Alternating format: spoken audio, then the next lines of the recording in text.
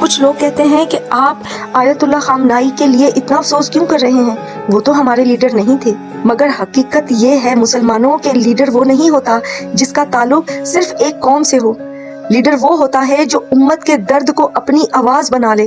آیت اللہ خامنائی ان لوگوں میں سے تھے جو باطل کے دور میں بھی حق کے ساتھ کھڑے رہے، بلکہ حضرت موسیٰ علیہ السلام کی طرح جنہوں نے فرعون کے سامنے کمزوری نہیں یقین رکھا۔ آیت اللہ خامنائی نے فرمایا تھا کہ میری جان، میرا کمزور جسم اور وہ عزت جو لوگوں نے مجھے دی، اگر یہ سب دین خدا کے کام آ جائے تو یہی میری کامیابی ہے۔ باطل کے زمانے میں حق کی بات رہ جاتی ہے، مگر حق والوں کے وجود مٹانے کی کوشش کی جاتی ہے۔ انہوں نے وہ سب کر دکھایا جو ایک مرد مومن، ایک مجاہد کو کرنا چاہیے۔ آج فضا اتنی دھندلی ہے کہ باتوں کو توڑ مروڑ کر پیش کیا جا رہا ہے، نام قوموں کے لیے جا رہے ہیں مگر نشانہ کہیں اور تھا۔